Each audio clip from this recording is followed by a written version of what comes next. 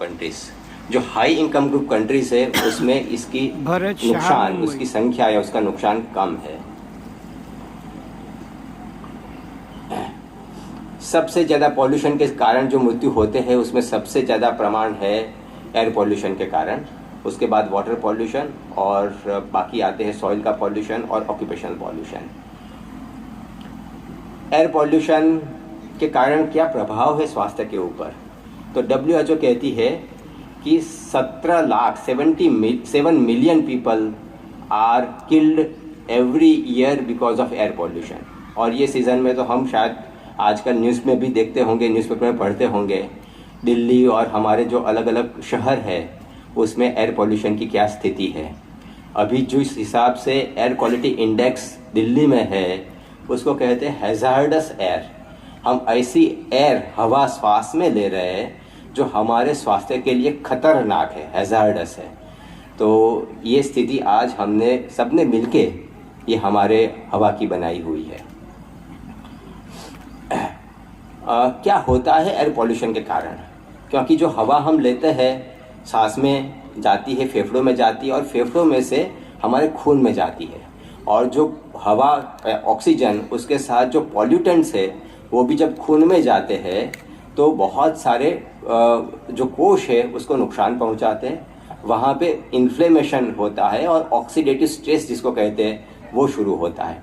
और oxidative stress और inflammation ये दो चीज़ कोई भी लंबे समय के रोग होने के लिए इसकी मूलभूत पैथोलॉजी है, वहाँ से रोगों की शुरुआत होती है।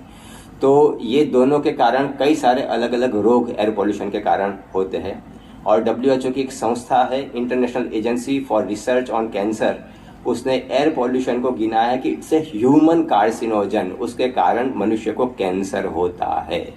तो आजकल ज़्यादातर हम ऐसी हवा सांस में ले रहे हैं जो हमारे लिए कैंसर करने के लिए जिम्मेवार है, और उसी के कारण इतने सारे जो रोग बढ़ रहे हैं, कैंसर का प्रमाण बढ़ रहा है, उसका एक महत्व का कारण एयर पॉल्यूशन भी है। यहाँ पे मैं समझ रहा हूँ कि वहाँ पे दिख रहा है मेरी slides, short term effect of air pollution and long term effect of air pollution. तो लंबे समय जब एयर पॉल्यूशन होता है, आप यहाँ पे जो चित्र देख रहे हैं, शरीर का कोई अवयव ऐसा नहीं, कोई ऑर्गन ऐसा नहीं जिसके ऊपर एयर पॉल्यूशन की असर नहीं होती हो। And air pollution attributes to almost 30% of death because of lung cancer, stroke, brain में जो खून कम होने से जो लकवा की पैरालिसिस की बीमारी आती है उसको स्ट्रोक कहते हैं। तो स्ट्रोक होने के लिए 24% of the death are attributed to because of stroke are attributed to air pollution. हृदय रोग, हार्ट अटैक जो आता है उसका करीब करीब 1/4 हिस्सा एयर पॉल्यूशन की वजह से है, ये कहते हैं। और लंग डिसीज़ के कारण होने वाले मृत्यु के करीब करीब 40% are because of air pollution. हम कई बार आउटडोर एयर पॉल्यूशन की बात करते हैं, पर इंडोर एयर पॉल्यूशन भी इतना ही महत्व का है, इतना ही जिम्मेवार है हमारे स्वास्थ्य के ऊपर दुष्प्रभाव डालने के लिए। और ख़ास तौर से गांवों में चूल्हा या स्टोव इस्तेमाल जो होता है आजकल, उसका प्रमाण फॉर्चुनेटली बहुत कम होता है, वो अच्छा है। पर उसके अलावा हम जो घर के अंदर अगरबत्ती, धूप जलाते हैं, अगर उसमें कुछ केमिकल्स है तो वो हमारे स्वास्थ्य को नुकसान पहुंचाता है। Air fresheners, bathroom fresheners, perfumes, deodorants, अलग अलग तरह के पेंट्स है, और घर में जो सफाई के लिए कुछ अलग अलग केमिकल्स हम इस्तेमाल करते हैं, ये सभी की असर हमारे स्वास्थ्य के ऊपर होती है। दूसरा महत्व का हिस्सा है वाटर पॉल्यूशन। और वाटर जो हम पानी जो पीते हैं उसके अंदर जो अलग अलग तरह से पॉल्यूशन आता है, एक तो इंडस्ट्रियल एफ्लुएंट इंडस्ट्री जो होती है, और अपना जो वेस्ट है कई बार वो नदी नालों में डाला जाता है, या तो कई बार हमने ये भी देखा है कि बोर करके ज़मीन के अंदर भी डाला जाता है, और उसके कारण जो हमारे ज़मीनी स्त्राव है पानी के, वो पानी के स्रोत वो पॉल्यूटेड होते हैं। उसके अलावा फार्मास्यूटिकल वेस्ट, दवाई जो फार्मास्यूटिकल इंडस्ट्री हमारे देश में बहुत तरक्की कर रही है, पर उसके कारण जो वेस्ट निकलता है वो वेस्ट भी हमारे पानी को पॉल्यूट कर रहा है। और एक जो अभ्यास है मैं वो यहाँ पे आपको दिखाऊंगा, समय की कमी है तो कुछ चीज़ में जल्दी से जाऊंगा। ये जो ग्राफ है वो बताता है कि अमेरिका में पीने के पानी के अंदर जो ज़मीन में पानी है उसमें 200 से ज़्यादा फार्मास्यूटिकल के पॉल्यूटेंट्स, दवाई के जो अंश, कुछ केमिकल के अंश पीने के पानी में 200 से ज़्यादा अलग अलग तरह के केमिकल्स अमेरिका में पीने के पानी में हो चुके हैं। और आप यहाँ पे ग्राफ देखेंगे, हमारे देश में भी यही स्थिति बनी हुई है।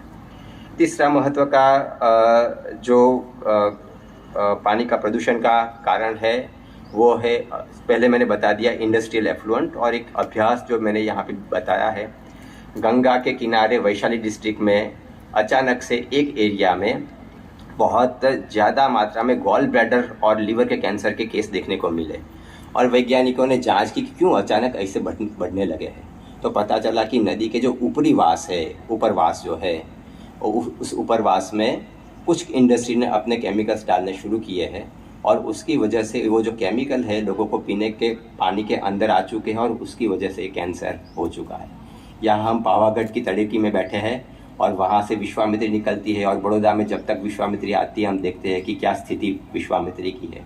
और यही स्थिति हमारी जो पवित्र नदियाँ है, चाहे वो गंगा हो, यमुना हो, चाहे वो नर्मदा हो या कोई भी नदी ले लो, उसकी स्थिति हमने आज यही बना के रखी हो, वो चिंता का बड़ा कारण है। खाने के अंदर, हमारे आहार के अंदर कहाँ से अलग अलग केमिकल्स आते हैं। और यहाँ पे organic farming, natural farming university जो है, तो यहाँ पे तो बात होगी ही होगी कि ऑर्गेनिक फार्मिंग का क्या महत्व है और जो पेस्टिसाइड्स रेसिड्यू हमारे आहार में आते हैं उसका क्या नुकसान होता है।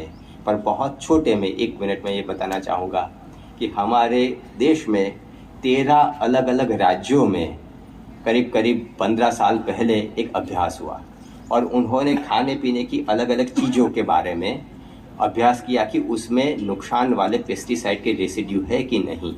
और यहाँ पे जो चार्ट है आप देखेंगे कि जैसे अमूल का दूध है तो उसमें क्लोरपाइरिफॉस नाम का पेस्टिसाइड जो नर्वस सिस्टम को नुकसान पहुँचाता है, उसका मैक्सिमम रेसिड्यू लिमिट जो होना चाहिए उससे 230 गुना ज़्यादा अमूल के दूध में देखने को मिला। और ये सैंपल ले आया गया अहमदाबाद से।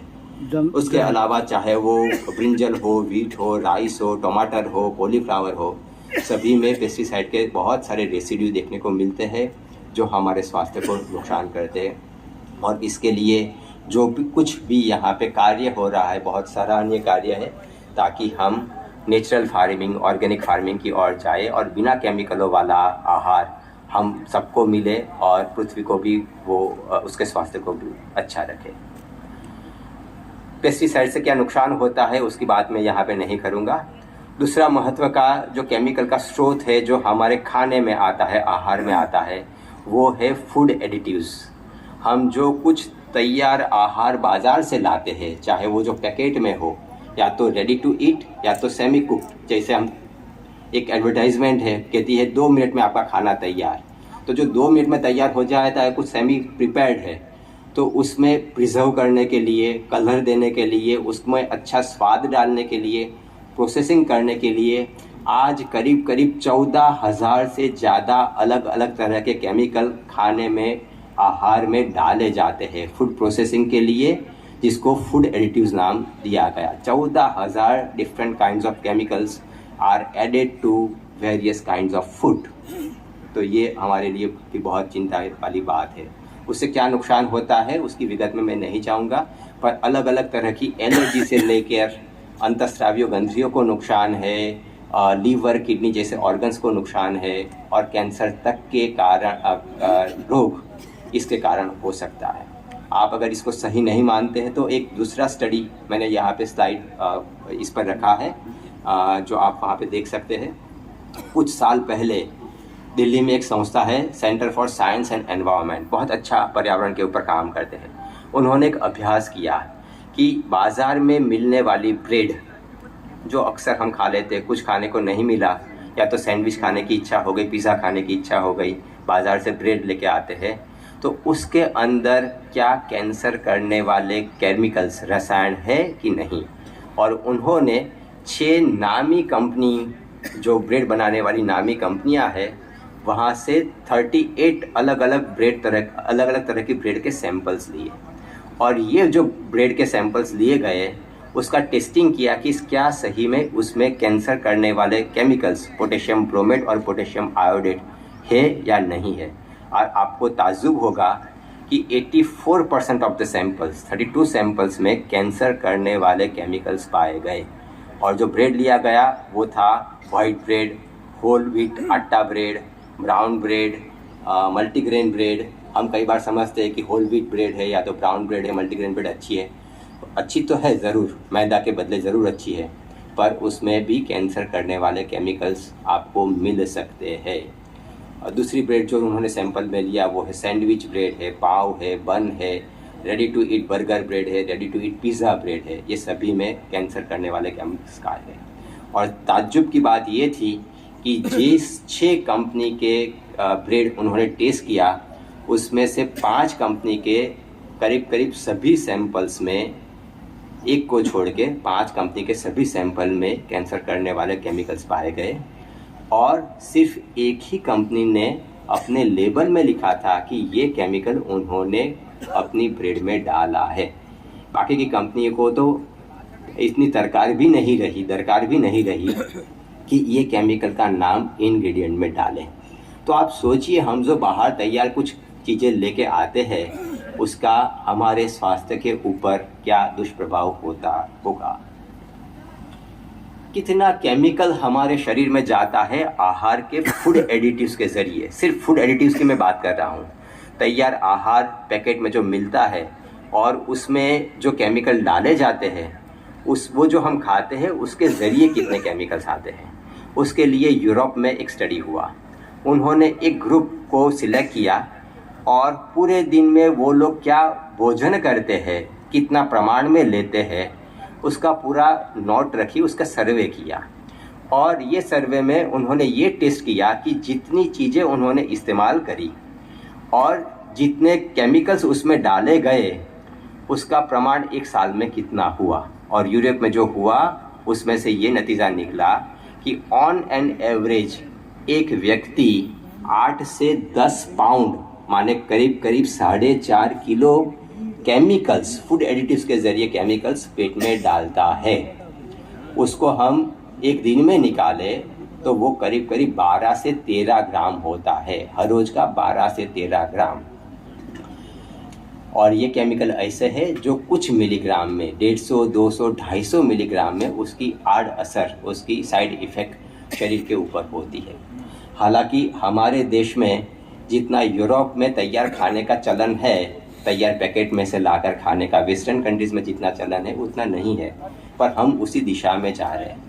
उसका चौथाई भी पकड़ ले तो वो भी 3 ग्राम होता है। और 3 ग्राम भी जो मात्रा 150 से 200 मिलीग्राम है उससे करीब 20 गुना ज़्यादा है। तो इतना सारा केमिकल हमारे शरीर में ऑलरेडी जा रहा है, उसका बारे में हमें सोचना पड़ेगा। दूसरा महत्व का जो एरिया है वो प्लास्टिक्स। और ये जो चित्र यहाँ पे बताया है, ऐसे बहुत सारे प्लास्टिक की चीज़ें हम इस्तेमाल करते हैं। क्या उससे नुकसान होता है? तो 2 तरह से नुकसान होता है। एक तो जो प्लास्टिक बाहर पर्यावरण में हम फेंक देते हैं उसमें से छोटे छोटे बारीक बारीक टुकड़े, जिसको माइक्रो प्लास्टिक्स या नैनो प्लास्टिक कहा गया, वो रिलीज़ होते हैं और पीने के पानी में आते हैं। दूसरा है जो हम सिंथेटिक क्लोथ्स इस्तेमाल करते हैं, या तो सिंथेटिक फाइबर, चाहे हमारी रज़ाइयों में इस्तेमाल होता है या पिलोज़ में इस्तेमाल होता है, उसको जब वॉश करते हैं तो बहुत सारी लाखों की मात्रा में, लाखों की संख्या में माइक्रोफाइबर पीने के पानी में निकलते हैं। तीसरा नुकसान है प्लास्टिक की चीज़ों में रखे गया खाने पीने की चीज़ें या लिक्विड, उसमें बहुत सारे अलग अलग तरह के केमिकल्स उसमें घुल मिल जाते हैं जो हमें दिखते नहीं हैं पर शरीर को नुकसान पहुंचाते हैं। तो ये तीनों मिलाकर हमारे शरीर को बहुत गहरा नुकसान पहुंचाते हैं। और आप में से कुछ लोगों को पता होगा कि जो पानी हम पी रहे हैं उसमें प्लास्टिक के फाइबर है, माइक्रोफाइबर, जो दिखते नहीं है, ऐसी मात्रा, ऐसी छोटी साइज़ में माइक्रोफाइबर आ चुके हैं। विश्व में बहुत अलग अलग जगहों पे उसके बारे में अभ्यास हुआ। एक सैंपल लिया गया अमेरिका की एनवायरनमेंट प्रोटेक्शन एजेंसी के हेडक्वार्टर में से, और ये एनवायरनमेंट प्रोटेक्शन एजेंसी EPA, उसका काम है कि पर्यावरण की रक्षा करना, और वहाँ के हेडक्वार्टर में से जो भी सैंपल लिया गया उसके पीने में पानी में भी प्लास्टिक के माइक्रोफाइबर देखने को मिले। दुनिया का कोई भी फिल्टर माइक्रोफाइबर या नैनो पार्टिकल्स पानी में उसको फिल्टर नहीं कर सकता। आज हम जो कुछ पानी पी रहे हैं उसमें माइक्रोप्लास्टिक्स है। दूसरा एक अभ्यास हुआ और अभी पिछले साल 2024 में आया, पीने के पानी की एक बॉटल, 1 लीटर की बॉटल, उसमें कितने नैनो प्लास्टिक, माइक्रो से भी कम साइज़ के नैनो प्लास्टिक है, नैनो साइज़ के प्लास्टिक है। और आपको सुनकर ताज्जुब लगेगा, 1 लीटर पानी में 2,40,000 nano particles of plastics were found in 1 litre of water, in bottled water. Plastic हमारे शरीर के अंदर पहुंच चुका है, सिर्फ हमारे पानी पीने के पानी में, हमारे यहाँ पे जो चित्र में बता रहा हूँ, हमारे बालों में आ चुका है, सलाइवा में आ चुका है, हमारे सलाइवा में आ चुका है, स्पुटम में जो आ चुका है, लंग्स के फ्लूइड में आ चुका है, लंग्स की टिश्यू में मिला है, लीवर में मिला है, हमारी आंतों में मिला है।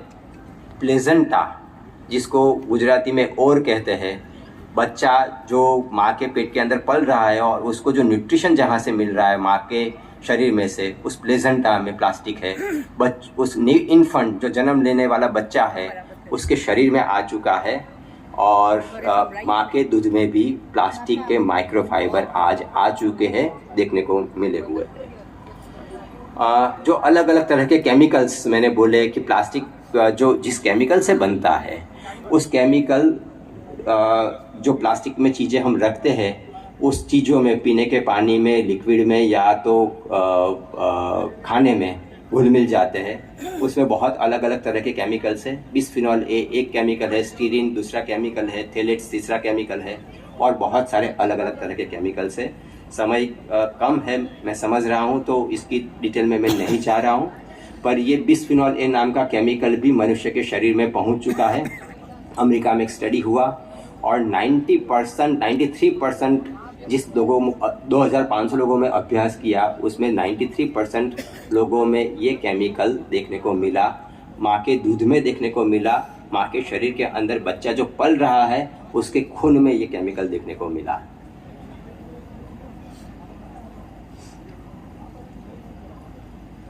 चौथा है नॉन स्टिक कुकवेयर। डॉक्टर्स हमें कहते हैं कि ऑयल कम करो, घी कम करो, और हमारे घर में नॉन स्टिक कुकवेयर वेसल्स आ चुके हैं जिसमें हम चाहते हैं कि कम ऑयल में, कम घी में खाना पकाए और स्वास्थ्य के लिए अच्छा, ऐसा हम समझ लेते हैं। उसमें जो ब्लैक कोटिंग वाला आता है वो टेफ्लॉन कोटिंग उसके लिए करना पड़ता है, टेफ्लॉन इस्तेमाल होता है। और टेफ्लॉन बनाने के लिए परफ्लोरोऑक्टानोइक एसिड PFOA नाम का केमिकल इस्तेमाल होता है, which is one of the highly toxic chemical found to the scientist. और वो शरीर के अंदर जमा होता है, उसके कारण भी बहुत सारे नुकसान होता है। चेतातंत्र को नुकसान होता है, अंतःस्रावी ग्रंथियों को नुकसान होता है, बहनों की रिप्रोडक्टिव सिस्टम को नुकसान होता है, और वो कैंसर भी करता है। तो जब भी आप नॉन स्टिक कुकवेयर में आप खाना बनाते हैं, थोड़ा सा ध्यान रखिए कि इसमें कम से कम बनाया जाए या उसको निकाल दीजिए। हमारे पास आजकल कास्ट आयरन के नॉन स्टिक कुकवेयर बाज़ार में मिलते हैं, उसका उपयोग करें, वो कंपैरेटिवली सेफ है। पर्सनल केयर प्रोडक्ट्स, टूथपेस्ट से लेके, साबुन से लेके, शैम्पू जो है, और अलग अलग तरह के कॉस्मेटिक्स है, उसमें भी बहुत सारे केमिकल्स है। मैं ज़्यादा समय नहीं लूँगा, पर आप यहाँ पे जो चित्र देख रहे हैं, टूथपेस्ट में जो हाईलाइट किए गए केमिकल्स है वो हाईली टॉक्सिक या मॉडरेटली हाईली टॉक्सिक केमिकल्स है। और ये उसका नुकसान क्या है, वो है शैम्पू, हेयर कंडीशनर्स, उसमें आने वाले केमिकल्स आप देखेंगे कि साबुन की कंपैरिजन में उसमें ज़्यादा नुकसान वाले केमिकल्स है। एंटी एजिंग क्रीम, मॉइस्चराइज़र, ये सभी में नुकसान वाले केमिकल्स है। Cosmetics, hair fairness creams, hair dyes, ये सभी में जो नुकसान। डीओड्रेंट्स 100% टॉक्सिक। डीओड्रेंट्स जो है करीब आर्टिफिशियल स्मेल के लिए 3000 से ज़्यादा अलग अलग तरह के केमिकल्स इस्तेमाल होते हैं, और वो शरीर में कैंसर करते हैं, एलर्जी करते हैं, और बहनों की रिप्रोडक्टिव सिस्टम और भाइयों की रिप्रोडक्टिव सिस्टम उसको नुकसान पहुंचाते हैं। तो जब आप फिर से रूम फ्रेशनर, बाथरूम फ्रेशनर और बॉडी के ऊपर डीओड्रेंट्स इस्तेमाल करते हैं तो उसका थोड़ा सा ध्यान रखिएगा। हेयर डाइज कितना नुकसान करता है, जितना ज़्यादा डार्क डाई उतना ज़्यादा नुकसान, और उसके लिए पी फिनाइल डाई अमाइन नाम का केमिकल इस्तेमाल होता है और रिसोर्सिनॉल नाम का केमिकल इस्तेमाल होता है, which are a known carcinogen, cancer करने वाले केमिकल्स हैं। आपको शायद पता होगा जॉनसन एंड जॉनसन कंपनी को अमेरिका में बहुत कठिन समय का सामना करना पड़ा है। वो जो टेल्कम पाउडर बना रही है, और टेल्कम पाउडर के कारण बहनों को ओवेरी का कैंसर होता है, और ये पता चला और बहुत सारे बहनों ने लॉ सूट्स फाइल किए, और जॉनसन एंड जॉनसन कंपनी को जो जब तक मैंने लास्ट फॉलो किया है 4.69 बिलियन डॉलर का फाइन किया गया। उसमें करीब 550 मिलियन डॉलर इसलिए फाइन किया गया कि 22 बहनों को जो कैंसर हुआ उसका मुआवजे के स्वरूप में, और 4.19 बिलियन डॉलर इसलिए फाइन किया गया ताकि कंपनी को पता था, 30 साल से पता था कि इस केमिकल से कैंसर होता है, पर कंपनी ने इस सत्य को छुपा के रखा। न सिर्फ छुपा के रखा, उन्होंने डॉक्टरों की एक टीम बनाई और जिसको एक काम सौंपा गया कि इसके कैंसर होता है, ऐसे जो भी रिपोर्ट आते हैं तुरंत आप उसको नेगेट करो, स्टडीज़ को मैनिपुलेट करो, ताकि लोगों को ये लगे कि ये सेफ है।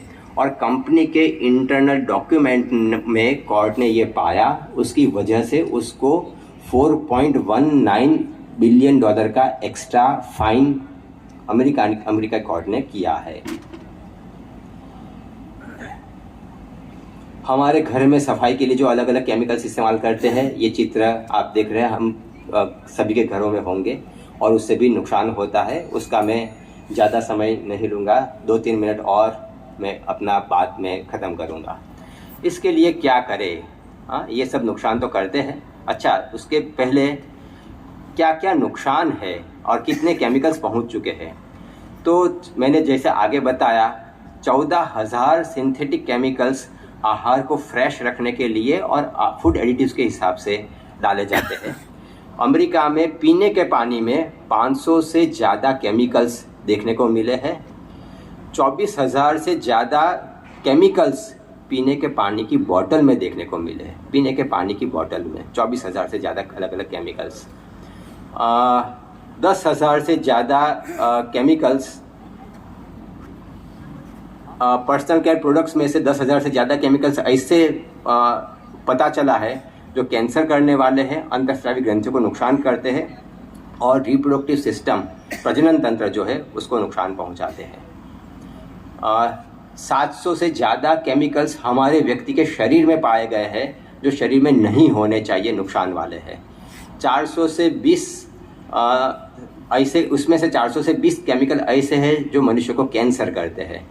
और बच्चा जन्म लेता है, उसके कॉर्ड ब्लड, उसके जो नाभि जो होती है वहाँ से जो खून आता है, नाल जो कहते हैं, जो काटा जाता है, उसका खून का सैंपल लिया गया और उसमें 287 केमिकल्स उसमें पाए गए जो बच्चा जन्म लेता है उसके साथ उसके शरीर में आ चुके हैं।